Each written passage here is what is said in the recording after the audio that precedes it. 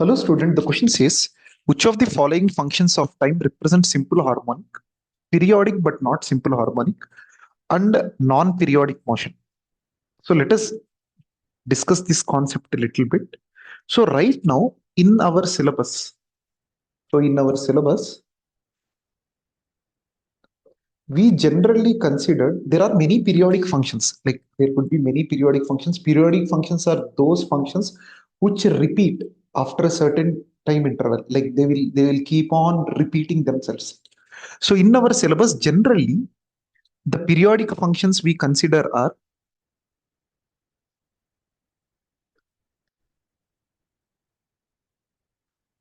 either sine omega t plus phi or cos omega t plus phi. These are the periodic function generally that we have in our syllabus. There could be sine square omega t plus phi also. Like this represents some initial phase, or cos square omega t plus phi. So these are all periodic functions. Even their combinations could also be a periodic function. Like if I add sine omega t plus cos omega t, that one also could be periodic function. But if you add sine square plus cos square, it will become one. So you have to check from question to question basis. But if they are alone, like sine omega t, cos omega t, or their combination, sine omega t plus cos t, so these are periodic functions. Now, in these periodic functions, again we can divide them into two types: simple harmonic and non-simple harmonic. In this, if you want to classify them as simple harmonic, so the simple harmonic functions would be either sine function or cosine function. No squares, nothing. Either they should be sine function or cosine function, and sum of them. And one more important thing, while you do the sum of them, like example, if I do sine omega t plus cos of omega t, both must have same omega. Then only we should call them simple harmonic. Suppose if I take sine omega t and if I add cos 2 omega t, you can see the omega of this function is 2 omega. The omega of this function is omega. This is not SHM. So most important thing, when you add the sum, all of them must have same angular frequency, or we can say all of them must have same time period.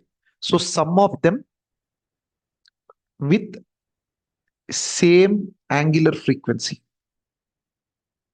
Angular frequency. Now let us go for, in these functions, what are non-periodic, like non-simple harmonic motion. I think it is given as periodic but not simple harmonic. Not simple harmonic. As I told you, which have different time periods. Like example, if I add sine omega t plus sine 2 omega t plus sine 3 omega t, you can see both all three have different time periods. This is not example of not SHM. Either squares also, these are also not, these are periodic but not simple harmonic. Sine square omega t, the only thing remaining after this is cos square omega t. These are periodic but not SHM.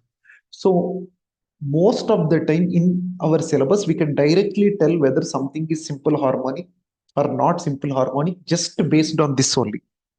If these functions are not given, rest of them are generally are not periodic functions only. In our syllabus, mostly we use these only to represent periodic functions. But there are many varieties of periodic function. Right now, if I start explaining them, this video would become very lengthy. So remember these, it will be very useful. Now, if it is not any of these function, like a log function, e power function, all these are, they are neither periodic nor SHM. So simple harmonic is a very special case of periodic function. Simple harmonic motion means straight line harmonic motion. So in simple terms, remember simple harmonic motion is a straight line harmonic motion. Like the body must return to its same position in a straight line way. So that is the key concept. Like example, let us say if you have a pendulum and that pendulum is oscillating to and fro. So if you have a pendulum and that pendulum is oscillating to and fro, this is a harmonic motion, but not simple harmonic motion. Why? Because is it a straight line? We can clearly see that there is a curve here. So it is not a simple harmonic motion. Then can it ever become a simple harmonic motion? We can assume it as a simple harmonic motion if theta is very small. Why? Because if you take a curve and if you take 2 points very closer in a curve, if you consider 2 points very, very closer in a curve, consider a very 2 points. So a small section of curve, a small section of curve appears as straight line, appears as straight line. So generally, a pendulum motion is not a simple harmonic motion. So if you take a pendulum motion, it is periodic but not SHM. Why it is not SHM? Even though this is repeating its motion, it is not a straight line motion. Simple harmonic motion, we need a straight line motion. Then when can it become a straight line motion? If you draw it very, very close, that means it is slightly moving from here to here, from here to here. That's it. It is only moving between these two positions. If let us say our simple pendulum is only moving between these two positions, this is called as theta. Like whatever is the angle, let me call this as theta. If theta is almost close to zero, very, very close to zero. So we indicate with it, if theta almost tend to zero, we call it as very small. Then pendulum motion can be called SHM. Only in this case, we can assume it as SHM. Remember this. Many people think pendulum motion is an SHM motion. SHM means straight line. It has to be a straight line motion. Okay, once you understood this mathematically, and once you understood the actual concept of SHM, now let us try to solve this problem. So let us discuss each one. So the first one is sin omega t minus cos omega t. It's a sum of two sine function and cos function, whether you add it, subtract it. So first thing, as soon as you see sine and cos, you can say it is periodic. Then when can we say SHM? When you add two periodic functions, which are sine and cos, they must have same omega. So they have same omega. And they are sine functions and cosine functions. So this is periodic and simple harmonic motion also. So they are both periodic and they are simple harmonic motion. They follow simple harmonic motion. This one is periodic, but is it simple harmonic motion? It is not simple harmonic motion. As I told you, for simple harmonic motion, we must have only sine and cos function. No square, nothing is allowed. Now, what is the time period of this? So the time period of this is 2 pi by omega. Because omega is the angular frequency, the time period would be equal to 2 pi by omega. What is the time period of sine square omega t? When you do time period of sine square omega t, let me discuss a little bit. So if you look at sine omega t, how does the function of sine omega t looks like? This is the graph of sine omega t.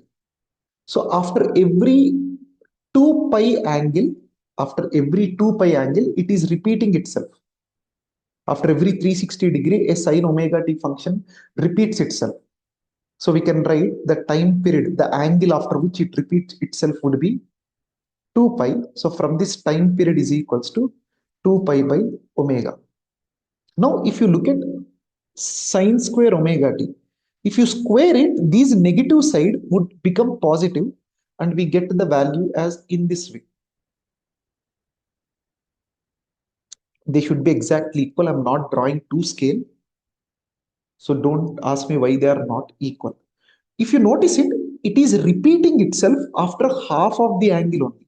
It is not taking an entire angle. After pi angle, after again another pi angle only, it is repeating. So here, omega t is just pi only. So in this case, the time period, the new time period would be pi by omega. So the time period here. So remember, the time period of sine square omega t is half of the time period of sine omega. So we can write, so t2 would be half of t1. Where is this useful? If you look at in oscillation concept, energy is proportional to, like potential energy and kinetic energy would be proportional to sine square function. So energy would have half the time period as that of displacement in simple harmonic motion. And not only that, their frequency would be double. So that means it means double the frequency. If you assume this frequency as f, here it would be double. Why? Because frequency is omega by 2 pi. Here the frequency f2 would be ulta of this, that would be omega by pi. So it would be 2f. So half time period, double frequency. Remember this, this is also useful. So this is periodic, not SHM, not SHM. And as I told you, time period would be half of the time period, pi by omega. Now let us look at this one. This is periodic function because there is a solo cos function. So it's a periodic function. And it is also SHM function because whether it is sine function or cos function, it's an SHM function. Then time period would be 2 pi by 2 omega. So the time period here would be pi by omega. Whatever is in front of t letter, that would be called as angular frequency. So in front of t letter, we have 2 omega. So substitute 2 omega, we'll get pi by omega. It doesn't matter what you add inside this to this omega t. You can add whatever it is, but still it's a periodic and an SHM function. Next, we have cos omega t, cos 3 omega t, cos. Sum of cosine function is periodic. But if you notice it, the omegas are not same. Since the omegas are not same, it is not SHM function. Then how are we supposed to find the time period for the given function? The omegas are not same. Then how are we supposed to find the time period for the given function? For the given function, find the time period of each one. T1 would be 2 pi by omega. T2 would be 2 pi by 3 omega. And T3 would be 2 pi by 5 omega. Then we have to do LCM of this. So if I do LCM, it is like 2 pi by omega is common. It is like LCM of 1, 1 by 3 and 1 by 5. Remember, whenever all the terms are fractions and we have 1, so LCM is simply 1 only. That means that the time period of this entire motion is 2 pi by whichever is the largest time period. That's what we got. When you want time period of 3 different time periods, like when you add 3 different time period functions and you want time period for the entire function, you have to do LCM of this. Since 2 pi by omega is common, I did not do LCM of 2 pi by omega. I have just taken 1. Here 1 by 3 is left, 1 by 5 is left. Remember, whenever you have fractions, LCM would always be 1. Like example, if I ask you what is LCM of 1 by 2 and 1 by 4 and 1 by 8 and 1, the LCM would always turn out to be 1 itself.